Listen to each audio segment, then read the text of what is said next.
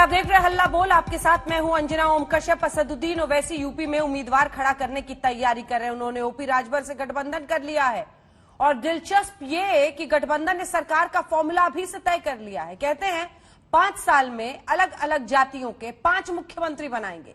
BJP इसे मुंगेरी लाल के हसीन सपने बता रही है, लेकिन सवाल ये कि ओवैसी ने यूपी चुनाव के लिए जो ये मेल किया है उससे किसका खेल बिगड़ेगा या सुधरेगा। नमस्कार, स्वागत है आपका दंगल में। आपके साथ मैं हूं मीनाक्षी खंडवाल। बंगाल में चुनाव के नतीजे आए हुए करीब 2 महीने का वक्त हो रहा है, लेकिन वहां राजनीति और टकराव की स्थिति खत्म होने का नाम नहीं ले रही है। राजनीतिक हिंसा पर मचा हंगामा अदालतों में है। मानव अधिकार पैनल ने चुनाव के बाद हिंसा पर अपनी रिपोर्ट कलकत्ता हाईकोर्ट को आज सौंप दी है, लेकिन इस रिपोर्ट के सौंपे जाने के एक दिन पहले यानी कल एनएचआरसी की एक टीम पर जादवपुर में हमला हुआ।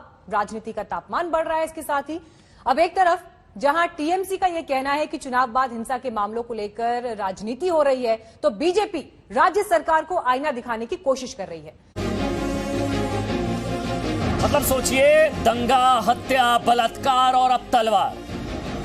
किसान आंदोलन है या अपराध का अड्डा बन चुका है। मतलब आंदोलन जीवियों से या किसान आंदोलन से डरना जरूरी है क्या? इस रास्ते से जाओगे जान गवाओगे। ये हाल है। देखिए, अब टिकरी बॉर्डर पर तो जिंदा जला दिया गया, वो तो आरोप लगा ही है। यहां पर तलवारें नजर आ रही हैं। आप सोचिए, कुछ नहीं बदला। 2 तस्वीरें देखिए। 26 जनवरी गाजीपुर बॉर्डर, 30 जून 26 जनवरी। 26 जनवरी वाले दिन तलवारबाजी हुई थी, तलवारें नजर आई थी। आज 30 जून है, गाजीपुर बॉर्डर पर तलवारें नजर आई। कुछ नहीं बदला है, कुछ नहीं। नमस्कार, आज की बात में आपका स्वागत है। पिछले कई दिन से उत्तर प्रदेश में धर्म परिवर्तन की बहुत चर्चा है। बहुत सारी खबरें हमने देखी हैं, कैसे एक इंटरनेशनल गैंग डेफ एंड डम बच्चों से इस्लाम कबूल करवाता था। लेकिन आज जो केस सामने आया, आज जो बात मैं आपको बताऊंगा, वो सुनकर आपके रोंगटे खड़े हो जाएंगे। कैसे सिर्फ 17 साल का दर्श सक्सेना रेहान अंसारी बन गया। यह कहानी डराने वाली है। नमस्कार व्यूअर्स, मैं हूं अमीश देवगन।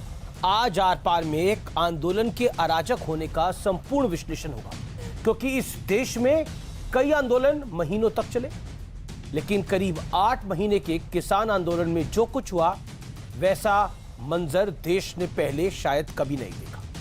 26 जनवरी के दिन लोकतंत्र की मान मर्यादा रौंदने की पूरी कोशिश हुई। आंदोलन में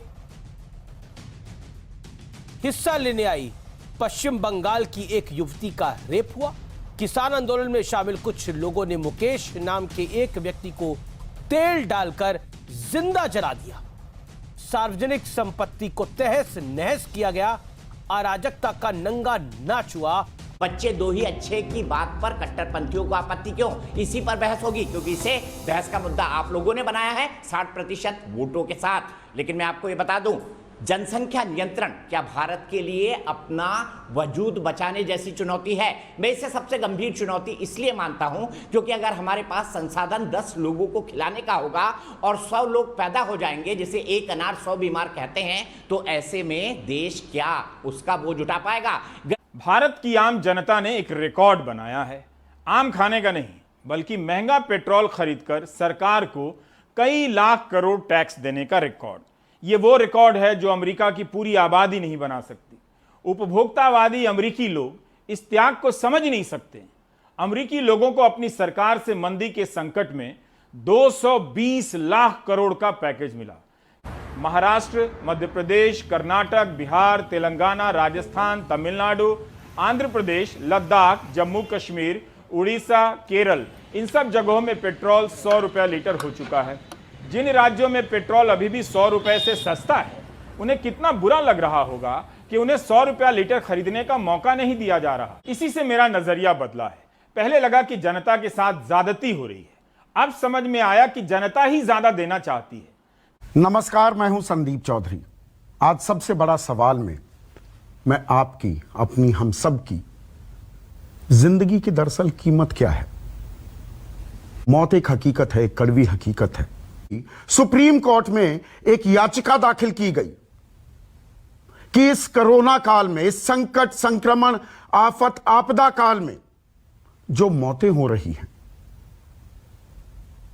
उन पर मुआवजा तो दे सरकार, यह याचिका सुप्रीम कोर्ट में दाखिल की गई और ठीक एक हफ्ते पहले 187 पन्ने का एक हलफनामा सरकार ने सुप्रीम कोर्ट में दाखिल किया था। और उस हलफनामे में क्या कहा गया कि देखिए, हम मुआवजा नहीं दे सकते।